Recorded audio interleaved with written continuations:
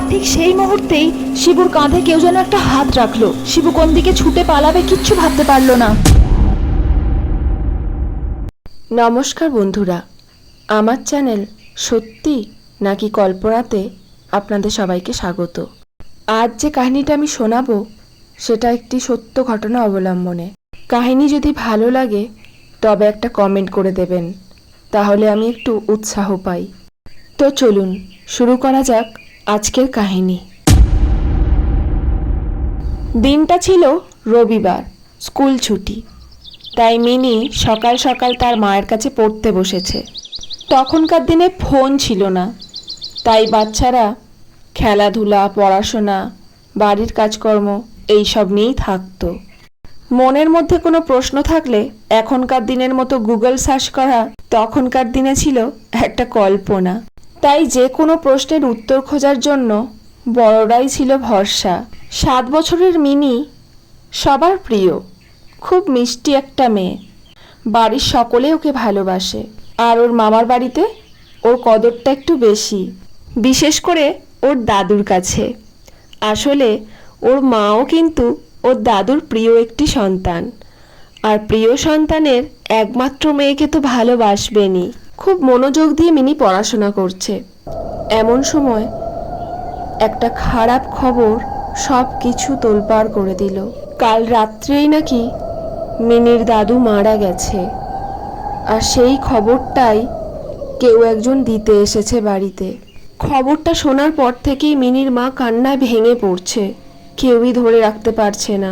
বাবাকে শেষবারের মতো দেখবার জন্য মিনির মা প্রস্তুত হয়ে গেল। 7 বছরের মিনি এটুকু তো বুঝতে পেরেছে যে কেউ যদি একবার মারা যায় সে আর কোনো দিন ফিরে আসে না। তাই মিনিরও ইচ্ছে হলো শেষবারের মতো তার দাদুর মুখটা আরেকবার দেখতে। কিন্তু বাড়ির বড়রা মিনিকে ওইখানে নিয়ে যেতে বারণ করলো। বলল, এইটুকু মেয়ে ওখানে গিয়ে কি করবে, তার থেকে তোমরাই ঘুরে এসো। মিনির মা মিনির বাবার সাথে বেরিয়ে পড়ল। এদিকে মিনির মনটা খুব খারাপ। সে যদি আর একটি বারের মতো তার দাদুর মুখটা দেখতে পেত তাহলে খুব ভালো লাগতো।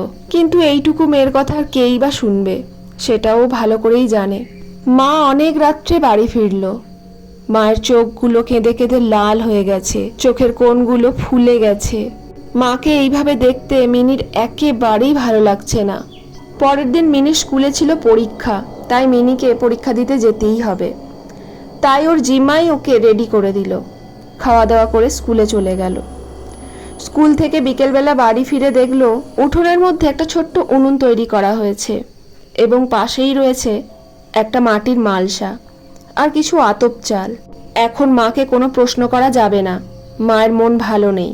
তাই সে প্রশ্নের উত্তর পাওয়ার জন্য তার জিম্মার কাছে চলে গেল। জিম্মাকে জিজ্ঞেস করলো, জিম্মা এগুলো কি হবে? জিম্মা বলল, আমাদের হিন্দু মতে যখন আমাদের বাবা মারা মারা যায় তখন কিছু নিয়ম পালন করতে হয়। তোর মা সেই সব নিয়মই পালন করছে। এখন 3 দিন পর্যন্ত তোর মা আমাদের সঙ্গে কোনো কিছু খাবে না। এই যে মালসা দেখতে পাচ্ছিস, এইটাতেই সিদ্ধ ভাত করে খাবে, আর যখন খাবে সেটা কাউকে দেখতে নেই, আর এটাই আমাদের নিয়ম। খানিকক্ষণ বাদে ঠিক সন্ধ্যের মুখে দেখলো তার মা কলা পাতা করে সাজিয়ে যেসব খাবার বানিয়েছিল কাঁদতে কাঁদতে যেন কোথাও একটা যাচ্ছে। সঙ্গে সঙ্গে তার জিম্মাকে জিজ্ঞেস করলো, মা এই খাবারগুলো নিয়ে কোথায় যাচ্ছে? তখন জিম্মা বলল, তোর দাদুর উদ্দেশ্যে খাবার দিতে যাচ্ছে। মিনি অবাক হয়ে বলল, দাদু তো মারা গেছে, তবে কে খাবে এই খাবারগুলো? জিম্মা বলল, যে মানুষ মারা যায় তার শ্রাদ্ধ শান্তি হওয়ার আগে পর্যন্ত প্রিয়জনরা তার উদ্দেশ্যে খাবার দেয়, আর সেই মানুষটি কোনো না কোনো অছিলায় এসে সেই খাবার খেয়ে যায়। এটাই বিশ্বাস করি আমরা, আর তোর মাও সেই বিশ্বাস থেকেই আজকে তোর দাদুর উদ্দেশ্যে খাবার দিতে যাচ্ছে। মিনি অবাক হলেও মনে মনে খুব খুশি হলো। ও ভাবলো দাদুকে শেষবারের মতো দেখবার আরেকটা চান্স পেল। তাই সে সঙ্গে সঙ্গে জিম্মাকে বলল, আমিও যাব, দাদুর মুখটা আমি আরেকবার দেখে নেব। জিম্মা বলল, ধুর পাগল, সে কি আর সবার সামনে এসে দেখা দেবে নাকি? আর তাছাড়া এটা একটা শুধু নিয়ম রক্ষা করতে হয়, তাই তোর মা করছে। কিন্তু মিনি খুব জেদ করলো, বলল ও দাদুকে শেষবারের মতো দেখবেই, আর তাছাড়া মা যখন এত যত্ন করে এত ভালোবেসে দাদুকে ডেকে খাবার দিচ্ছে, দাদু নিশ্চয়ই আসবে, এটা আমারও বিশ্বাস। মিনি তার জাটতুতো দাদা রাজুকেও কথা জানালো। রাজু একটা 15 বছরের ছেলে, ওরও কিন্তু এই কথাটা শুনে বেশ উৎসাহ লাগলো দাদুকে দেখবার। ওরা দুজনে যুক্তি করলো যে পরের দিন যখন মা আবার খাবার দিতে যাবে সেই সময় মাকে ওরা লক্ষ্য করবে, কিন্তু কোথা থেকে লক্ষ্য করবে সেটা বুঝতে পারলো না। তারপর ওদের মনে পড়লো ওদের যে পুরনো রান্নাঘরটা আছে তার জানলা দিয়ে ওই পুকুর পাড়টা ভালো দেখা যায়। কাল যখন মা খাবার দিতে যাবে তখন ওই জানলা দিয়েই লক্ষ্য করবে দাদু আসে কিনা। পরের দিন বিকেল থেকেই রাজু আর মিনি ওই রান্নাঘরে লুকিয়ে বসে থাকলো সন্ধে হওয়ার অপেক্ষায়। তারপরে সন্ধ্যের মুখে দেখতে পেল ওর মা কলা পাতায় করে খাবার নিয়ে যাচ্ছে ওই পুকুর পাড়ে। ইতিমধ্যে জিমাও বুঝতে পেরে গেছে দুই ছেলেমেয়ের কাণ্ড কারখানা, তাই জিমাও চলে এসেছে রান্নাঘরের মধ্যে। তারপরে দুই ছেলেমেয়েকে বলল, তোদের যখন বিশ্বাস হয়েছে তাহলে আমিও তোদের সঙ্গে একটু বিশ্বাস করে দেখি মেসোমশাই আসে কিনা। ওরা দেখলো মিনির মা কলা পাতায় করে খাবারটা পুকুর পাড়ে রেখে কাঁদতে কাঁদতে পিছনে না চেয়েই চলে এলো। আসলে খাবার দেওয়ার পরে পিছনে আর দেখতে নেই। তারপর আধ ঘন্টা ধরে ওরা তিনজনেই ওই জায়গাটার ওপর লক্ষ্য করলো যেখানে খাবারটা দিয়ে আসা হয়েছিল, কিন্তু কেউই আসেনি। এই সময় হঠাৎ কারেন্ট চলে যায়, তাই পুকুর পাড়ে যে লাইটটা জ্বলছিল সেটাও অফ হয়ে যায়। এবার জিমা বিরক্ত হয়ে গেল। তারপর জিম্মা বলল, ধুস, আমিও কিরকম পাগল, বাচ্চাদের সঙ্গে বাচ্চা হয়ে যাচ্ছি, যাই, আমার অনেক কাজ আছে, ঘরের ভিতরে যাই, তোরা বসেই থাক। এরকম সময় মিনির মাও মিনিকে খুঁজতে খুঁজতে ওই রান্নাঘরেই এসে উপস্থিত হয়েছে। তারপর তার বড় যাকে জিজ্ঞেস করলো, আরে দিদি ভাই, তোমরা এখানে কি করছো? কিছু কি হয়েছে? ছোট যাকে এইভাবে দেখে বড় যা একেবারে অপ্রস্তুত হয়ে গেল, কি বলবে ঠিক করতে পারলো না। ওই মানে বাচ্চারা এত জেদ করলো যে কি বলবো, দেখ না ওরা এখানে। জিমার কথা শেষ হওয়ার আগেই মিনি বলে উঠল, মা মা দেখো, দাদু এসেছে, মা দেখো। মা এবং জিমা দুজনেই অবাক হয়ে গিয়ে জানলায় চোখ ফেলল। চারজনেরই দৃষ্টি স্থির। একজন সাদা ধুতি পাঞ্জাবি পরা বৃদ্ধ লোক ওই পুকুর পাড়ে এসে দাঁড়ালো, ঠিক যেখানে খাবার দিয়ে আসা হয়েছে।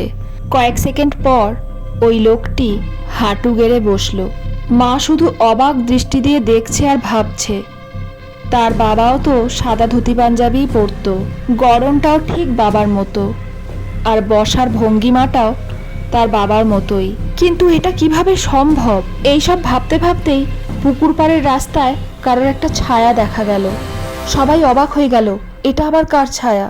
চাঁদের আলোয় খুব একটা স্পষ্ট বোঝাও যাচ্ছে না। তারপর দেখা গেল ছায়া মূর্তিটা কিরকম যেন টলতে টলতে আসছে। বুঝতে অসুবিধে হলো না, এটা এই পাড়ারই শিবু মাতাল, পেশায় রাজমিস্ত্রি, কিন্তু সন্ধে হলে মাতাল হয়ে যায়। শিবুকে দেখে রাজু হঠাৎ চিৎকার করে উঠল, শিবু কাকা পালাও, ওখানে ভূত আছে, শিবু কাকা পালাও।